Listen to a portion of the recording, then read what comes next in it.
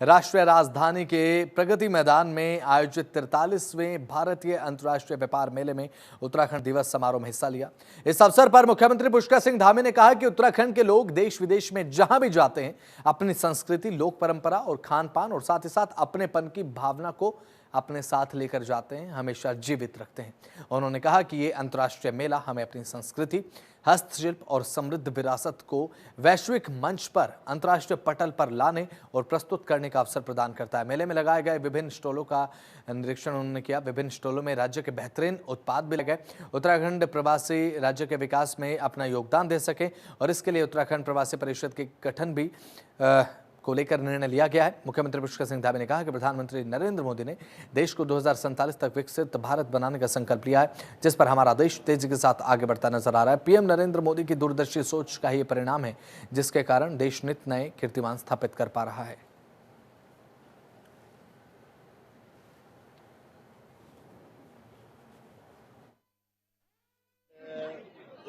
उत्तराखंड के अपने उत्पाद जो हमारे स्वयं सहायता समूह के द्वारा, स्थानीय हमारे उत्पादों के द्वारा जो अनेक प्रकार के उत्पाद बनाए जा रहे हैं, आज उनकी मांग दिनों दिन बढ़ रही है। चाहे वो मिलेट्स के क्षेत्र में हो, चाहे वो अन्य क्षेत्र में हो, चाहे सिलाई बुनाई के सामान हो, सभी में आज सबकी डिमांड पूरे देश के अंदर भी हो रही है, दुनिया में भी हो रही है। हमने हाउस ऑफ हिमालय जो हमारा ब्रांड है, पिछले वर्ष आदरणीय प्रधानमंत्री जी ने उसका शुभारंभ किया था। उसके शुभारंभ के बाद आज तेजी से उसकी मांग, इससे हमारी महिलाओं विशेषकर आगे बढ़ने का अवसर मिल रहा है। उनकी आर्थिकी भी बढ़ रही है, रोजगार भी बढ़ रहा है और अपने रोजगार के साथ साथ वो अन्य लोगों को भी आज रोजगार से जोड़ने का काम कर रही है। तो केदारनाथ उपचुनाव में कांग्रेस जीत की आस लगाए बैठी थी। हालांकि नतीजों के बाद अब पार्टी में मायूसी का माहौल है। केदारनाथ में हार को लेकर पूर्व मुख्यमंत्री हरीश रावत ने प्रतिक्रिया दी है। उन्होंने अपनी प्रतिक्रिया देते हुए ये कहा कि ये हार कांग्रेस की हार नहीं है, बल्कि उत्तराखंड के सरोकारों की हार है। ये उन सवालों की हार है जो केदार भूमि स्वयं उठा रही थी। उन्होंने कहा कि वो सवाल आम जनता के सवाल थे।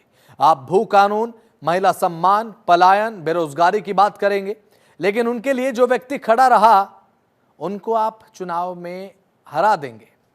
पूर्व मुख्यमंत्री हरीश रावत ने कहा कि मुझे इस बात की तकलीफ है कि उत्तराखंड किस दिशा में जाना चाहता है। हम लोगों से बात करेंगे और राजनीतिक दल के रूप में हम भी अपना तरीका बदलेंगे।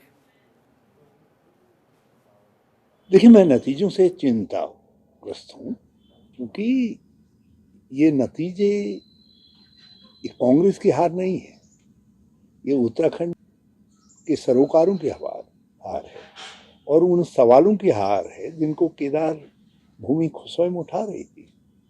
वो हमारे सवाल नहीं थे, वो केदारनाथ के आम जनता के, आम लोगों के सवाल थे। सरोकारों की हार इसलिए है कि हम लोग चुनाव के बाद अब फिर उत्तराखंडी सरोकारों की बात करेंगे, हम भू कानून की बात करेंगे, पलायन की बात करेंगे, बेरोजगारी की बात करेंगे, महिला सम्मान की बात करेंगे और उनके लिए जो व्यक्ति खड़ा रहा, जिस व्यक्ति ने अपनी राजनीति का मकसद उसको बनाया हो, उसको आप चुनाव में हरा देते हैं। तो ये जहाँ तक मेरा सवाल है, इतनी खास खुली बात कोई नहीं कहेगा। मैं खुली बात कह रहा हूँ कि मुझे इस बात की तकलीफ है कि उत्तराखंड किस दिशा में। पूर्व मुख्यमंत्री हरीश रावत ने अल्मोड़ा की यात्रा के दौरान अब क्वारब पर बने डेंजर जोन और कैचुत धाम के यातायात की समस्याओं पर चिंता जाहिर की है। हरीश रावत ने सरकार से कालाडूंगी से पाटकोट होते हुए कोसी के किनारे अल्मोड़ा तक एक वैकल्पिक मार्ग के निर्माण करने की बात कही है। हरीश रावत ने कहा कि क्वारब तक का इलाका जोखिम भरा है, खतरे से भरा हुआ इलाका है, संकरा रास्ता है और इन समस्याओं के समाधान के लिए सरकार को प्रभावी कदम उठाने चाहिए, अन्यथा यहां की आर्थिक गतिविधियां और पर्यटन पर एक गहरा असर पड़ेगा।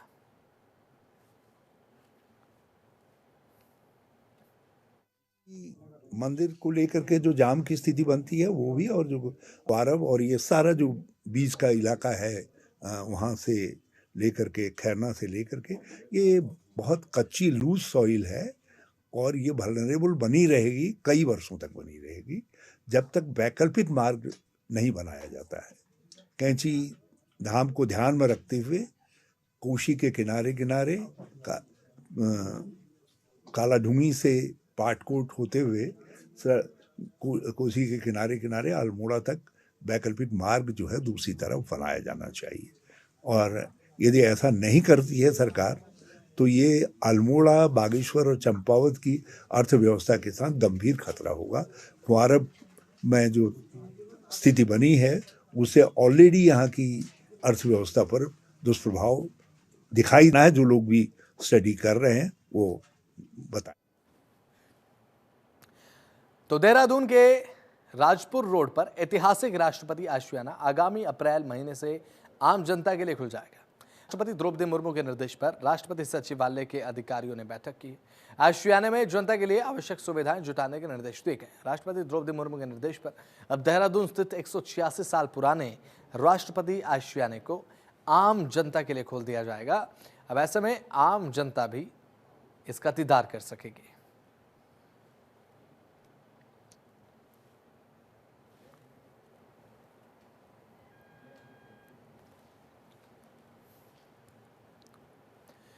देहरादून में पुलिस और आबकारी विभाग की बड़ी कार्रवाई देखने को मिली है। आपको बता दें कि सूचना पर देर रात पुलिस के निजी आवास पर आयोजित हाउस पार्टी परेड की। पुलिस ने इस निजी आवास पर आयोजित हाउस पार्टी परेड की है और आपको बता दें इस दौरान बड़ी मात्रा में इंपोर्टेड शराब और खाली बोतलें और साथ ही शराब बरामद की गई है।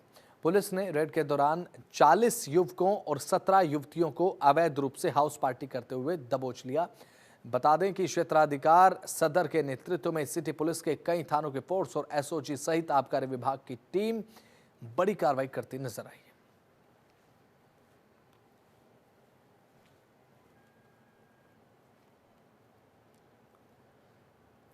उत्तराखंड में होने वाले निकाय चुनाव में आम आदमी पार्टी ने अपनी कमर कस ली है। आपको बता दें कि इसी क्रम में आम आदमी पार्टी कार्यकर्ताओं ने लाल कुआं नगर पंचायत क्षेत्र के वार्ड में जनसंपर्क अभियान चलाते हुए निकाय चुनाव में 15 गारंटी देते हुए आम आदमी पार्टी की सफलता के बाद अब दिल्ली की तर्ज पर विकास कार्य किए जाने का वादा किया। तो मैं आपको बता दें कि आम आदमी पार्टी के हल्द्वानी नैनीताल जिला अध्यक्ष ने यह कहा है कि यदि निकाय में आम आदमी पार्टी के प्रत्याशियों की जीत होती है तो हम अपनी 15 गारंटी घोषणा के अनुरूप विकास कार्य करके दिखाएंगे।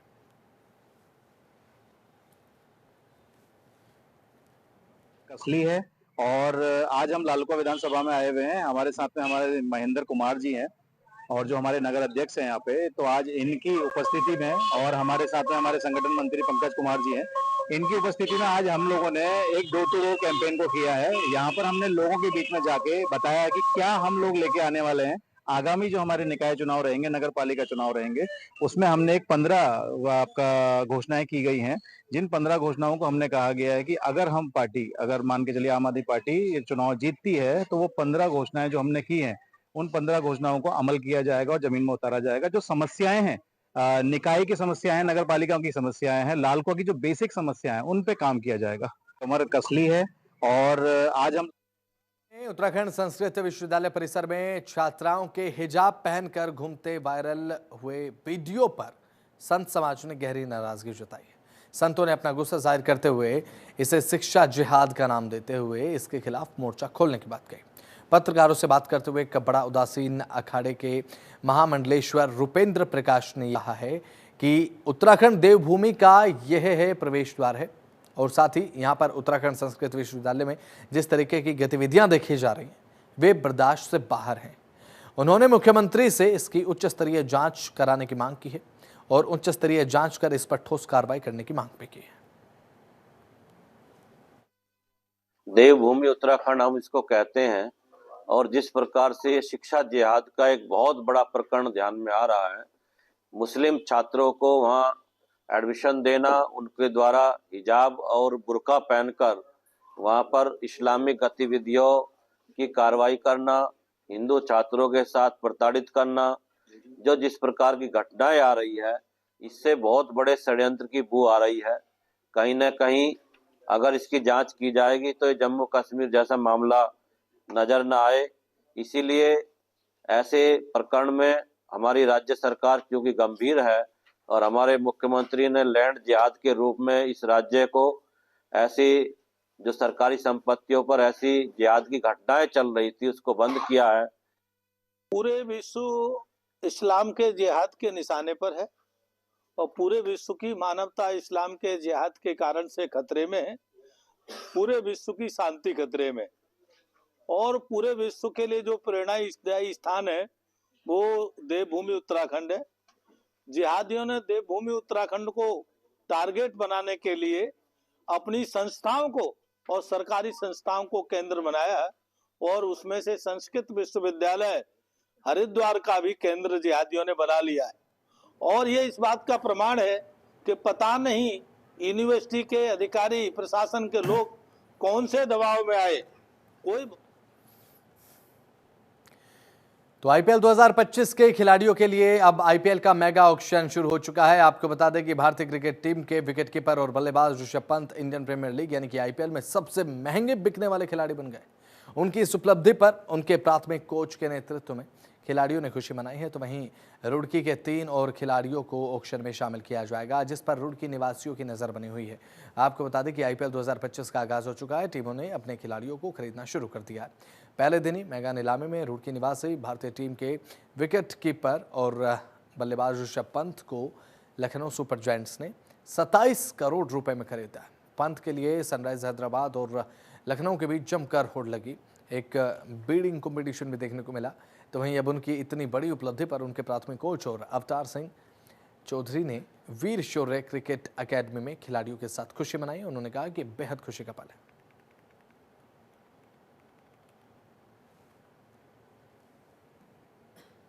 आज मैं जब आईपीएल का जो प्लेयर्स का बोली हो रही थी तो मैं ग्राउंड अकेडमी में था। अकेडमी में हमारे सब लोग बोल रहे थे कि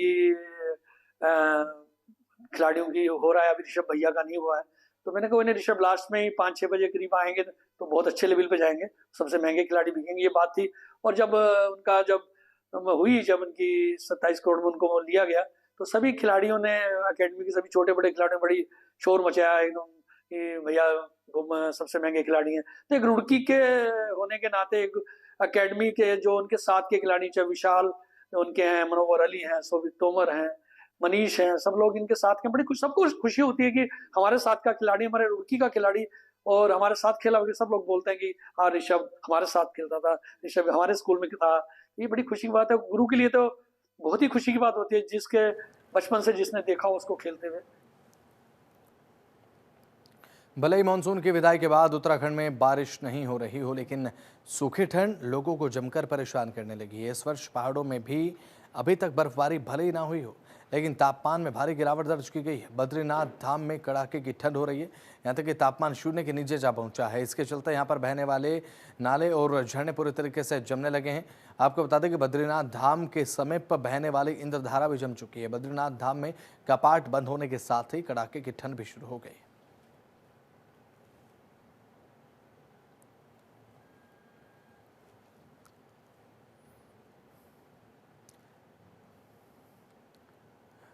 तो ऋषिकेश में देर रात दर्दनाक सड़क हादसा हो गया। आपको बता दें कि नटराज चौक के पास भीषण दुर्घटना में यूकेडी नेता और राज्य आंदोलनकारी त्रिवेंद्र पवार समेत 2 लोगों की मौत हो गई, जबकि एक व्यक्ति गंभीर रूप से घायल बताया जा रहा है। तो वहीं हादसा इतना भीषण था कि दूर तक वाहनों के टुकड़े फैले नजर आए।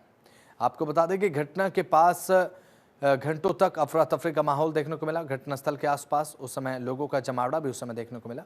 पुलिस के मुताबिक एक तेज रफ्तार सीमेंट से लदे ट्रक ने नटराज चौक के पास स्थित वेडिंग पॉइंट के सामने खड़ी हुई 5 गाड़ियों को टक्कर मार दी और इस भिड़ंत के दौरान वहां पर मौजूद अन्य लोगों भी इस चपेट में आ गए। आपको बता दें कि घटनास्थल पर अफरा तफरी का माहौल भी देखने को मिला है।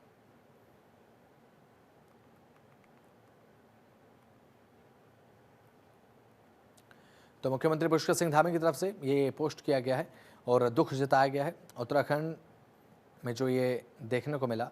अब ऐसे में मुख्यमंत्री पुष्कर सिंह धामी की तरफ से भी दुख जताया गया है और विनम्र श्रद्धांजलि उनकी तरफ से दी गई।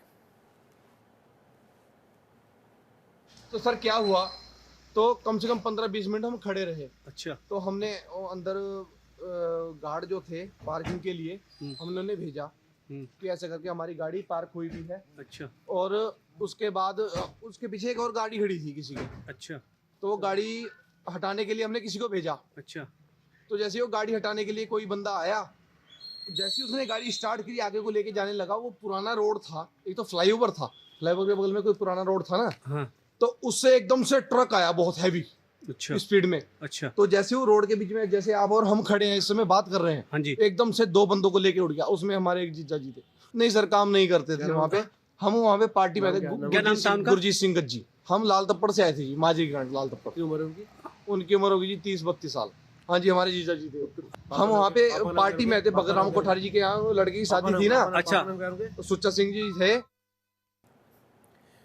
उत्तराखंड में मजबूत भू कानून की मांग को लेकर मूल निवास भू कानून समन्वय संघर्ष समिति के संयोजक मोहित डिमरी ने भूख हड़ताल पर जाने का ऐलान किया। आपको बता दें कि मोहित डिमरी ने आगामी 26 नवंबर से भूख हड़ताल पर जाने की बात कही है। मोहित डिमरी का यह कहना है कि उत्तराखंड सरकार सशक्त भू कानून को लेकर बिल्कुल भी गंभीर दिखाई नहीं दे रही है।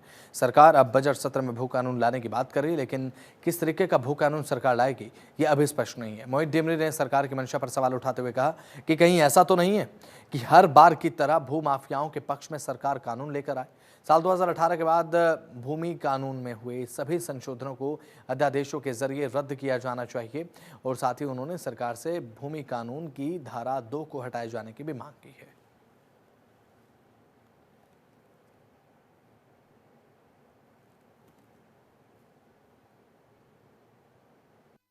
इतनी बड़ी साजिश हो रही है, गांव के गांव शहरों में शामिल किए जा रहे हैं और भूमि कानून के जो लूप होल छोड़े गए उसका फायदा पहुंचाया जा रहा है। ये स्थिति इस राज्य में होगी तो हम सरकार से एक डिमांड और कर रहे हैं कि जो भूमि कानून की धारा 2 है इसको तत्काल हटाया जाए। जो शहरी क्षेत्रों में लगातार विस्तार हो रहा है, गांव के गांव शामिल हो रहे हैं, जिस तरह से कृषि भूमि खत्म हो रही है, ये बहुत ही ज्यादा खतरनाक स्थिति इस राज्य में है। एक डिमांड हम कर रहे हैं कि इस धारा को बिल्कुल हटाया जाए। देखिए कितनी बड़ी साजिश हो रही है, गांव के गांव शहरों में।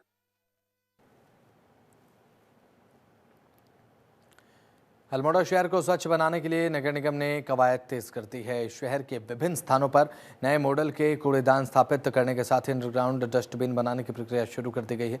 साथ ही स्वच्छता अभियान के तहत लोगों को कूड़ा निस्तारण के लिए व्हाट्सएप ग्रुप से भी जोड़ा जा रहा है ताकि स्वच्छता मिशन में अल्मोड़ा नगर निगम बेहतर कार्य कर सके।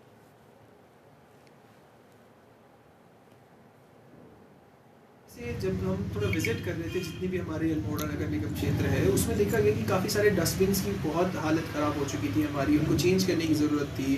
तो हम कुछ डस्टबिन्स को हटा रहे हैं, नए डस्टबिन्स लगा रहे हैं। कुछ एरियाज़ में हमारे द्वारा आईईसी कैंपेन्स भी चलाई जा रही है। लोगों के घर घर जाके भी ये अनुरोध किया जा रहा है कि जब भी गाड़ी वहाँ समय पर आती है तो आप लोग कूड़ा गाड़ी में ही डालें, तथा हम लोग सीसीटीवी कैमरेज भी लगाएंगे। तो मैं आप लोगों के माध्यम से एक मैसेज जनता को भी देना चाहूँगा कि आप लोगों को अगर कूड़े से संबंधित कोई भी इशू हो, हम लोगों ने कुछ व्हाट्सएप चैनल्स और व्हाट्सएप ग्रुप्स बनाए हैं जिसमें आप लोग ज़रूर पार्टिसिपेट कर सकते हैं और अगर आप लोगों को मिलता है तो हम लोग। हरिद्वार शहर के प्रमुख चौक चौराहों पर ट्रैफिक नियंत्रण के लिए लगाई गई ट्रैफिक लाइट्स अब शोपीस बनकर रह गई। कई मुख्य चौराहों पर ये लाइट्स खराब पड़ी हैं जिसके कारण यातायात अनियंत्रित हो गया है और दुर्घटनाओं की संभावना लगातार बढ़ गई है। अब ऐसे में एसपी ट्रैफिक ने यह बताया है कि नगर निगम को खराब ट्रैफिक लाइट्स को ठीक करने के लिए पत्र भी लिखा गया है। उम्मीद है कि ट्रैफिक लाइट्स की समस्या जल्दी हल हो जाएगी। शहरवासियों का यह कहना है कि खराब ट्रैफिक लाइट्स के चलते वाहन चालक नियमों का पालन नहीं कर रहे हैं जिससे सड़क पर अव्यवस्था फैल रही है और स्थानीय प्रशासन से अनुरोध किया गया है कि इस समस्या का समाधान जल्द से जल्द किया जाए।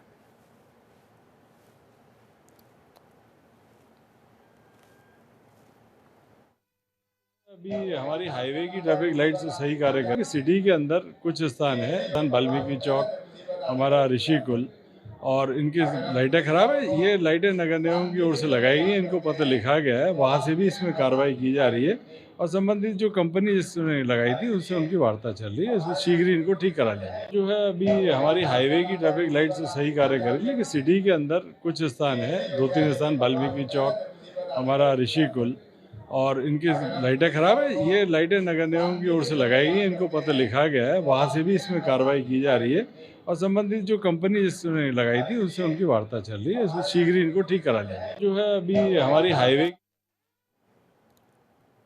जोशीमठ में प्रशासन और आरटीओ के द्वारा संयुक्त अभियान चलाया गया जिसमें 12 वाहनों में अनियमितता मिलने के बाद वाहनों का चालान किया गया। आपको बता दें कि बद्रीनाथ राष्ट्रीय राजमार्ग पर जोगी धारा के समय पर उप जिलाधिकारी चंद्रशेखर वशिष्ठ और साथ ही साथ आरटीओ विभाग की ओर से वाहनों के कागजात और सवारी की भी चेकिंग की गई है।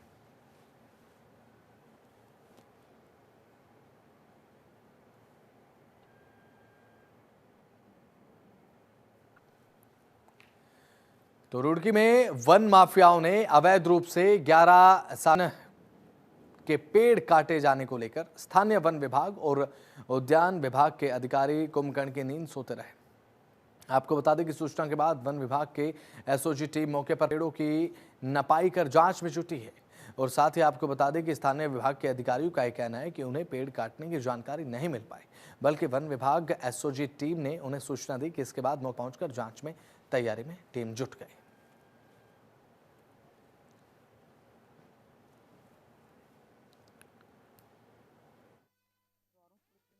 इन पे हम सख्त सख्त कार्रवाई करेंगे। जो भी अभी छानबीन चल रही है इनके आदमी कौन है, क्या है। कितने पेड़? ये 10-11 पेड़ हो रहे हैं। किस चीज के पेड़ थे? ये आम है और सागौन के हैं। खेत वाले से बात चल रही है इससे, तो उससे बात करेंगे, फिर कार्रवाई करेंगे। इन पे हम सख्त सख्त कार्रवाई। हरिद्वार जिले में स्वास्थ्य विभाग की ओर से फर्जी अस्पताल के खिलाफ अभियान लगातार जारी है। आपको बता दें कि एसीएमओ के नेतृत्व में स्वास्थ्य विभाग की टीम ने रुड़की के देहात क्षेत्रों में छापेमारी की है, जैसे फर्जी अस्पताल संचालकों में हड़कंप मचा और साथ ही कई अस्पताल संचालक हॉस्पिटल्स में ताला लगाकर फरार भी हो गए। डॉक्टर अनिल वर्मा ने बताया है कि धनोरी, मंगलोर और साथ ही लंढौरा कस्बे में चेकिंग अभियान चलाया गया और इस दौरान उन्होंने ये भी कहा कि कई अस्पतालों में डॉक्टर नहीं होने पर नोटिस जारी किया गया है।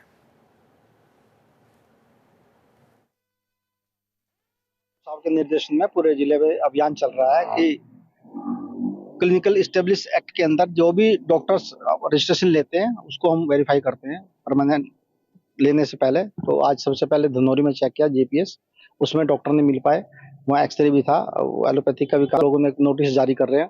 उसके बाद मंगलौर में हम लोग गए, मंगलौर में डिवाइन अस्पताल को बंद किया था, वो बंद पाया गया। ग्रीन था, ग्रीन में हम लोग गए, वहाँ डॉक्टर उपलब्ध था। फिर बाद लंढौरा में खुशी अस्पताल गए, खुशी में कोई डॉक्टर नहीं था, उसको भी हम नोटिस जारी कर रहे हैं।